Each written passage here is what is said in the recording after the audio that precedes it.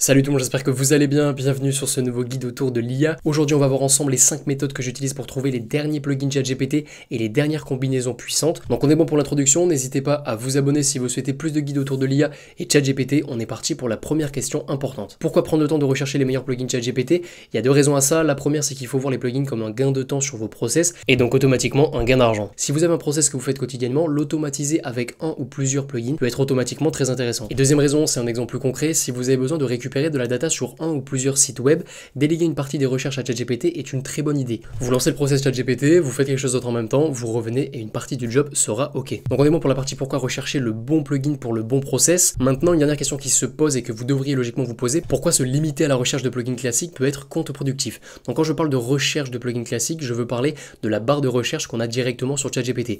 La raison est assez simple, c'est que la description du plugin est très limitée sur ChatGPT. Et donc les créateurs de plugins ne peuvent pas décrire tout ce que fait le plugin.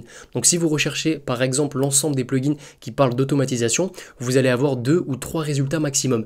Avec la librairie What's Plugin que je vais vous présenter juste après, vous pouvez monter jusqu'à 15 ou 20 résultats et c'est à vous de trier les plugins que vous allez pouvoir adapter à votre process. Donc on est bon pour les points principaux. Si vous avez une question, encore une fois, n'hésitez pas à venir sur le Discord. Maintenant on passe aux méthodes que j'utilise. Donc en premier on a Reddit, vous avez le lien d'une recherche que j'effectue une fois par semaine pour trouver les meilleures utilisations de plugins et l'algo Reddit va faire automatiquement remonter les meilleures utilisations et donc c'est un gain de temps conséquent.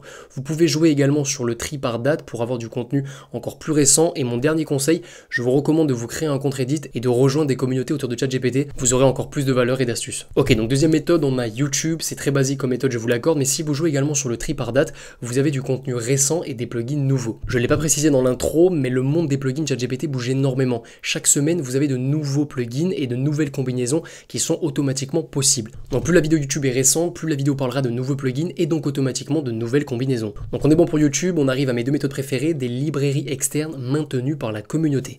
En premier, on a What's Plugin AI, 782 plugins sont listés actuellement, la communauté vote pour les meilleurs et vous avez donc un classement par nombre de likes, c'est juste excellent. Ensuite, on a une vingtaine de catégories. Si on fait justement la comparaison avec ChatGPT sur le segment de l'automatisation, vous avez 15 plugins du côté de What's Plugin AI, alors qu'on n'a que 2 plugins du côté de ChatGPT. Et dernière fonctionnalité que je trouve très puissante, on a la possibilité de trier les plugins par date de publication. Couplé avec la catégorie qui vous intéresse, vous pouvez accéder au dernier plugin dans un segment spécifique. Ensuite, deuxième lib, on a openworldai.com/plugin.